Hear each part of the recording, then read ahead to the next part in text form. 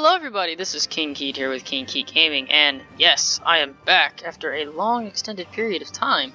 By the way, the mic's really close to my face, so apologize to headphone users. Consider yourself warned. Anyway, so I promised a Newbie Island series, which is Ireland, in case you didn't know. So a long time ago, I got caught up with that second semester. Spring semester was really hard for me, and like lots of really tough classes coming out stretch with finals and all that stuff. Some of you probably know what that's like. Others, you will probably know what that's like in the future. But enough about that. So it's been a long while, but I'm back. So we're going to play here with this guy, and I chose this one because it's got. First off, he's got a small dynasty. It was either him or him, but he doesn't have the two county, like, I guess technically the Duke here, but I think I may have played as him before, and it wasn't too terribly difficult. So the reason this is called Newbie Island, the reason that it's so great for new players and stuff, is because it takes a long time for the AI to form Ireland on its own. So that's going to be, it's going to make it a little bit easier, and this is kind of something I'm going to use to try to help teach people the game, I guess. But quick word of warning, it's been quite a while since I've played it. I think the last video I uploaded was the last day that I played this game, so you know, I'm gonna be relearning along with you, so that's part of the fun, I guess. So I think we're ready to play.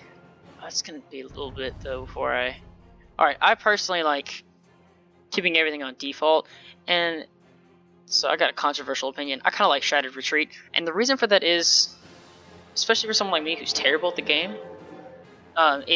it will scatter. Well, it'll send them off, send your troops off, and it means that they can't attack you while you're retreating. So because like when you lose a battle, your morale goes down, basically across the board, and that makes you go slower, which means that.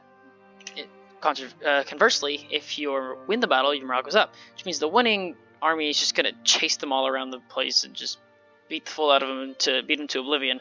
And I don't necessarily want that, especially for, since when you first boot up the game, this is what it's going to look like. I don't have any DLCs. So this is exactly what the game is going to look like, but everything else is just going to be exactly what you'd expect. So I'm going to keep Iron Man mode, so let's hope nothing goes wrong. I just like the idea of having achievements, and plus it sounds more awesome. Iron Man mode, grr. But anyway, so let's get straight into this. Matrilineal marriages are on because they're technically do make sense. Independence is restricted. That's fine. Just randomly grant people independence, I guess. I'm not sure why you would. This isn't multiplayer. Good lord. I don't know. There's no multiplayer here, so I don't think that's a big deal. Alright, so those are the other two YouTube series I've done. Another thing is that if anyone so desires to see Glory of Greece brought back, then let me know down in the comments. Let me know, and I will or go back on that last video and just like it like crazy, get your friends to like it, etc., etc. And then if I see the support automatically just rising for that series, I'll continue it. But I don't see that happening, to be honest with you. And it was such a bad series, and I'm just still steadily improving as a YouTuber. Still not that good. Probably won't be good for a long time, but that's okay. That's part of the fun of it, and that's why I do it. But anyway, welcome to Crusader Kings 2. Yay! I am an Irish Catholic Earl. It's like the most stereotypical start in all of Crusader Kings. Okay. First thing we gotta do is gotta pick an ambition, which gets removed in one of the DLCs, by the way. But this is always the easiest ambition. You always want to start off getting married because it's something you can do immediately. Alright, so let's see. When you first start off, you don't want to worry too much about... You can sort different ways. You don't necessarily want to care about rank. I personally like going for high stewardship to begin with. And the reason for that is... She's brave. The reason for that is it helps you get more money to start the game, basically. Stewardship, like your house stewardship, will go up and helps you gain money. And that is always very useful. And the stats also, not the stats, the traits are also quite important. Except for that one, because the importance, because traits like I don't know, most of them like brave or humble. So, well, those won't necessarily pass. But traits like, I don't know, good looking, or I forget what that's technically called. But good traits usually pass on to children. Mostly it's like that kind of trait, hair lip right there. That would pass on to your child sometimes. Or if I can find, I don't know, I'm trying to find one. I can't remember exactly. It's been so long since I played this game, y'all. You have to understand. Whalep? I think it's like bright or something. I don't know. Some of the things that you would know them when you see them, because they're just deemed to be a natural thing, and it's not a personality trait. It's just the physiological way that they are. But those types of things will tend to pass on. All right, 26, 22. This works out well. Brave. Yeah, I mean, diplomacy -1. That doesn't bother me. Brave is kind of nice. But that's not really that important. I mean, it's whatever. Church opinion. Interesting. Humble. She's humble, so they increase her monthly piety. That's not really that important, though. I wonder how humble and wrath would work together. That doesn't quite make sense to me. Whatever. She's a fortune builder, which is exactly what we want. It would get me an aggression pact. Counts. That's always a bonus. So, yes. Let's do that. Alright, for those of you that don't know, Crusader Kings 2 is basically, it's a grand strategy game from Paradox, who are basically the kings of grand strategy. For those of you that didn't know, it doesn't really follow like a nation like you would do in Civ, or in some of the other games they make, like Stellaris, which I love and have and will play on the channel at some point probably, because it's just that good. I love it that much. Stellaris and Europe Universalis and all those other games, Hearts of Iron, just that you may or may not have heard of, those are grand strategy games. The difference between those and this one is, in those you take control of a race or a civilization. In this game you take control of a dynasty.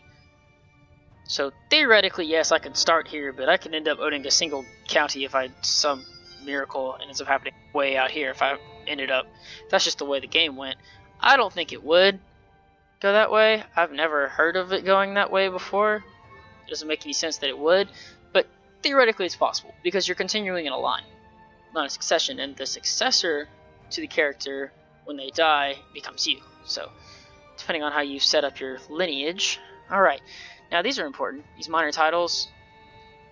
These minor titles are kind of important because they can just increase people's opinions of you. So essentially, for the minor ones, I got down to the lowest opinion. We're lucky no one really hates us at all. Use commander. Opinion of 18. Media cupbearer. Sir, High Almoner. This is important because it's one that women can use. Oh, I already have an heir. Oh, that's not the heir I want. That is my nephew. Yeah, we don't want that. Don't want that at all. But we're gonna do this. Alright, Spy Master. Yeah, you want to keep your Spy Master happy. First and foremost, I say keep your Spy Master happy. Marshall's the Master of Horse, sure. And who's the Regent? I want someone...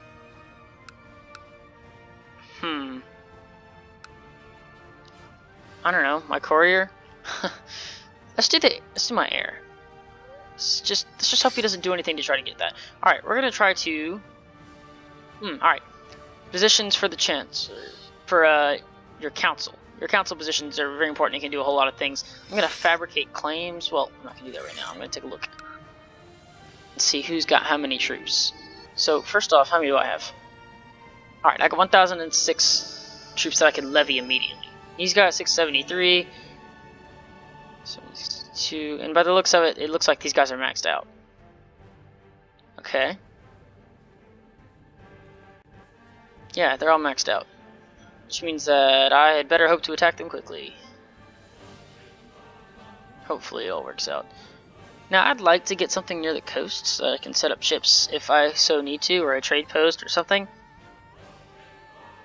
Another look at the only one that wouldn't do that is this one. So that's not too bad. Okay, so... I don't know, technically he's got the lowest. So let's pull up... Where am I going here? I don't know what I'm doing. There it is. It's gonna be so long to get there. Fabricate claims. I don't know. Where are you fabricating? I mean, I want to stay away from there, so... Oh, man. Just go there. It can't hurt, right? Well, no. No, I'd rather you go there. Come on. It's too late. Alright. Anyway, that's fine. You can only move them after a certain amount of time. Train troops. Capital. Easy. Collect taxes. Please don't get killed doing that. Why don't we study technology? Where? Can we not go here? Sad. Sad days. Alright. Let's go steal tech from the Pope. That sounds about right. There are better places than others. I'm just not doing all the tedious work of setting that up. So, while we're at it, so that I don't make him too angry, let's go improve religious relations with the Pope. Because if you get the your religious leader on your side, and he has a high opinion of you, then you can ask him for more favors, and he'll tend to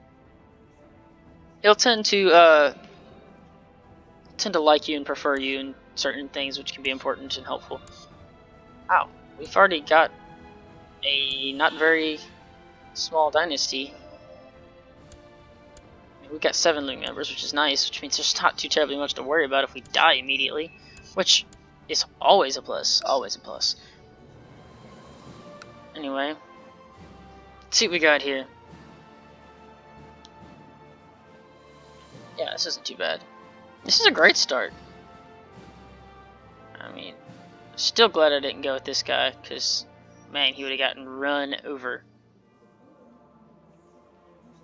But yeah, alright, let's see, there's got to be something I can build, though.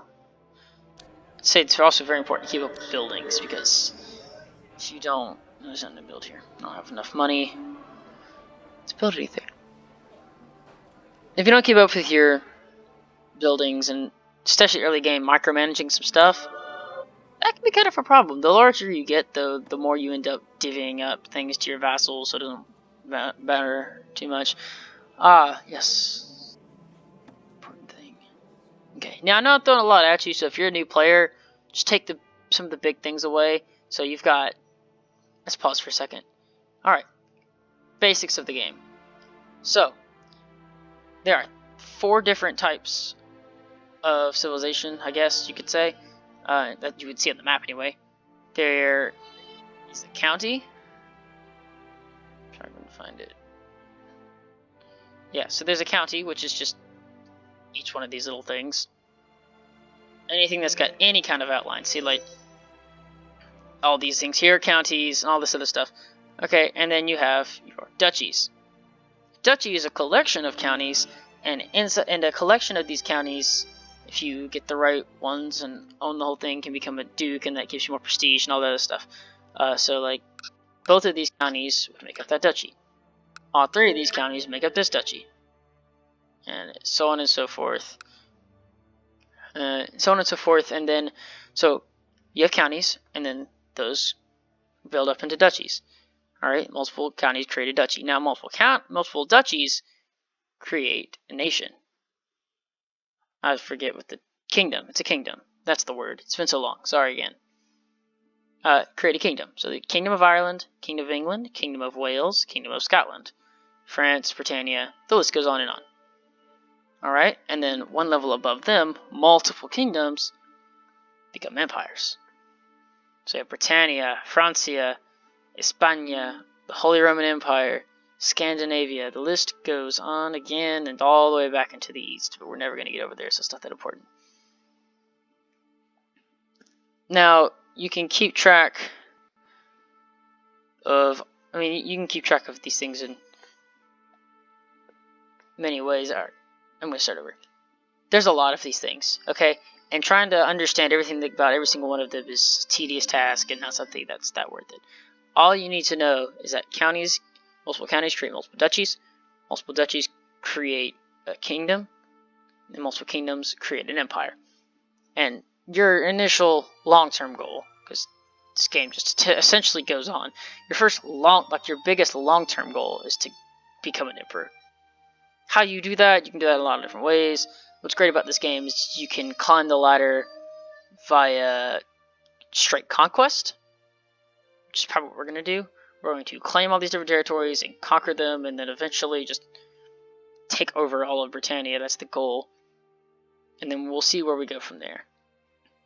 We'll probably just play till the game is, to be honest with you, and just see how big we can get. But then there's also, if like your brother or something is like the king or an emperor somewhere, and then you're next in line, you can try to set something up to assassinate him or something crazy like that. But you know, there's all kinds of ways to get political intrigue. If you have someone of yours who's someone in your dynasty, and you're the heir to, well, if you're just the heir to the duke above you or to the position above you, you can try to espionage your way up there. But we're just an independent count. So one thing to note: different color borders all around the map. Sometimes you see the same color border, but different color borders means that on either side of the border there's two completely independent either kings or whatever. We're an independent count, so we just got this one county outlined. We have surrounded by a bunch of other independent counts, and then there's one duke. See a duke? Or an earl? He's an earl. That's the same thing as a duke. Oh, he's a king. What? Well, that ain't good. Alright, well. It's whatever then. Yeah, but we're surrounded by primarily, and this is what makes this such a great island. It all comes full circle. By the way, I know these episodes normally only go to at most 20 minutes. We're probably going to go the full 30 at least, just because this is an initial episode and we're trying to set everything up.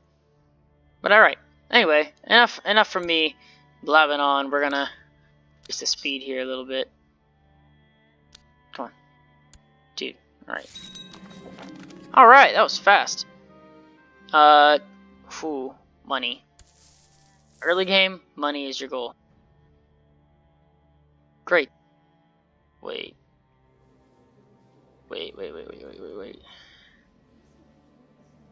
Somehow I know that symbol.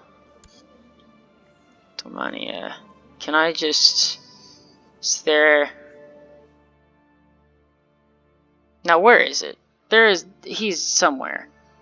There is a button that says like show. There it is, go to location. Oh, he's way over there. Cool, now fulfill the ambition to get married. Time to pause, get a different ambition. That's it. The importance of fulfilling ambitions is, first off, while you're going after them, they give you bonuses. Such as this one increases my fertility, I believe. But also you gain success, like there's a success effect that gives you bonuses every time you complete it. So complete as many of those as possible. I'm going to start by having a son, and then immediately I'm going to transition into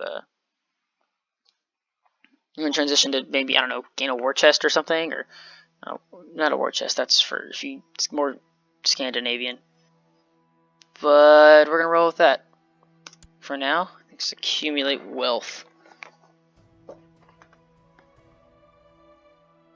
Alright, so I think there's not too terribly much going on.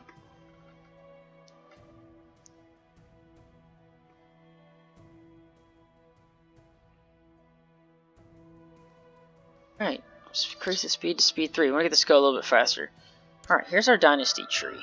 I was looking at this earlier, some of you may or may not know what this is.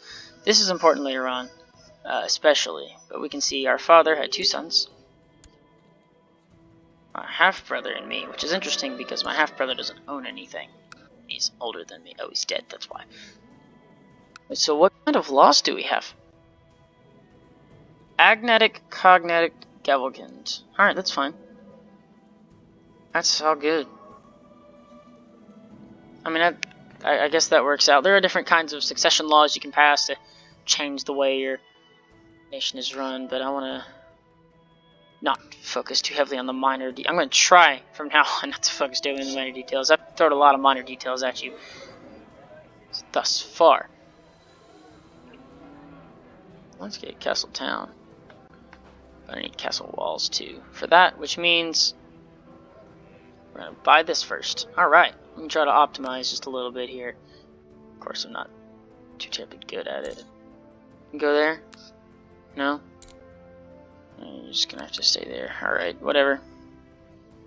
17 March, alright, so he's about to be able to move. Because I want him to fabricate claims here, because as I showed earlier, that's the duchy we're in. So, fabricate claims. Yeah, you're in the right spot. Don't worry. Still fabricating claims. Perfect. Perfecto. Alright. Oh, there's a war going on here. Interesting. Let's see what this is about. Alright, so while you're playing, it's important to note that the AI is also doing its own thing. And what the heck is going on here? Fighting against the Norwegian invasion. Christian, there's William the Conqueror. I would hope there's a defective pact against him, because, goodness, look at that. He has already expanded into France. And we've literally just started. I don't even think it's been a year in the game yet. Probably has, just haven't been paying attention. This is absolutely crazy. Oh, that's excellent. That is perfect. That's exactly what we need. We're going to stay in our little hole and not peek too far out, because then you start to get involved in things you need to be involved in. Oh! And the Pope likes me better. Yay! Thanks, Pope. Can I has money? Can I has some monies now? That would be excellent. Domain size. Let's talk about some of the things over here. This is your wealth. It's your money. Duh.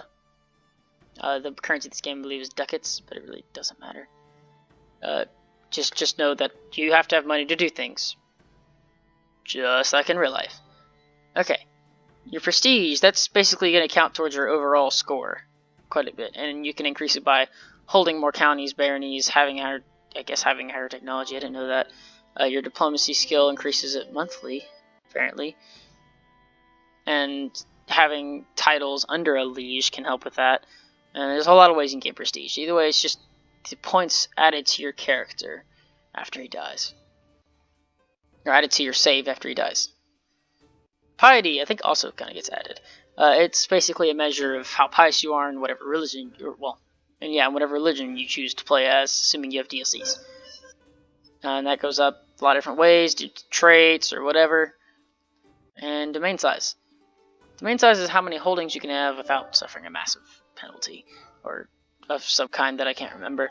But just golden rule: don't go over your domain size if you don't have to. You can lower your domain by, or you can get rid of things in your domain by just straight going through and handing out holdings to vassals or whatever they need. Maybe giving people land is always good. It's total holdings though. See, the game counts holdings as each one of these little things. Like castle is a holding, bishopric is a holding, city is a holding. Now, because of the type of player the type of character I have here, I can really only hold castles. Just expect to only be able to hold castles. I mean, that would be, when playing in this island, or just in general, don't worry too much about this. Just capture the top one and keep it, or get rid of it. It's a bishopric, that might cause problems, but the game will usually tell you. I'm gonna do the book so that I don't have that chance of disastrous falconry. I've never actually succeeded in the book. Oh! Look at that, aspiring poet. That is fun. How much money does I need here to... Still upgrading. How much money would I need to upgrade the castle town? 287. Okay. I think I'll just upgrade the castle fort. Now, castle town is important if you can get it. Oh! Yay, technology. Alright, that's a great segue into this. Your technologies allow you to do different things. You can upgrade them. You get these random technology points. The bigger you are, when you start off, you're not going to get any automatically, but you'll get a ton automatically the bigger you get. That's very important. That becomes very important because it's how the game progresses. Everyone also is getting technology. Most systems are poetry is never meant to be functioning with one.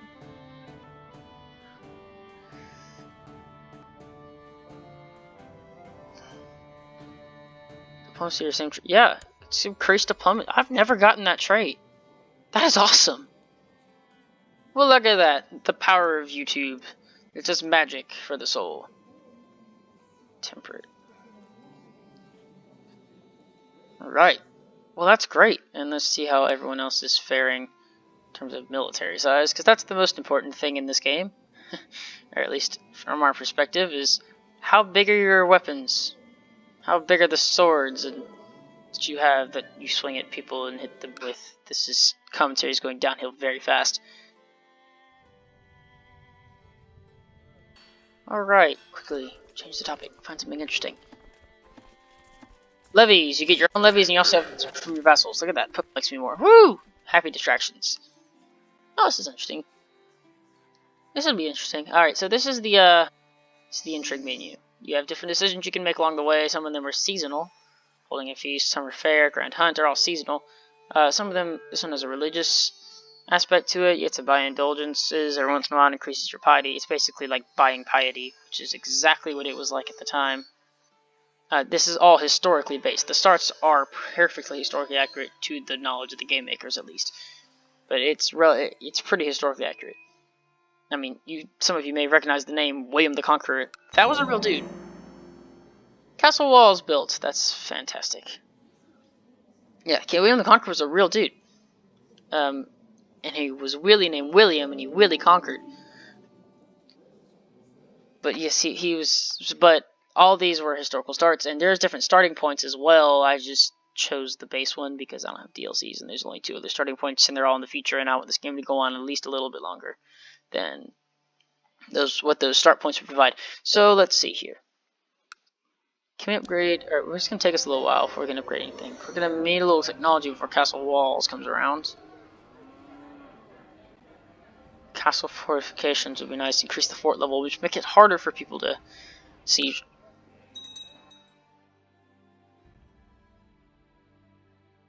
Alrighty, let's get there. How much are we gaining? We're getting almost 3 per month, which is nice. That's very nice. Another reason money is uber important is you can hire mercenaries with it. And hiring mercenaries can change the tide of battle, but they are expensive as crap. Like 100 for 10 soldiers plus 9 per month is absurd. You really have to, if you want to really get your money's worth, like, you have to pay more. It scales up basically. The higher you are, the more efficient, the farther your money goes, the more you end up paying up front. Now if you're... Now you see different compositions here too, and that will affect the way the battle is fought. Oh yes! Yes! 5 prestige for having a pregnant wife. That's huge. That is so huge.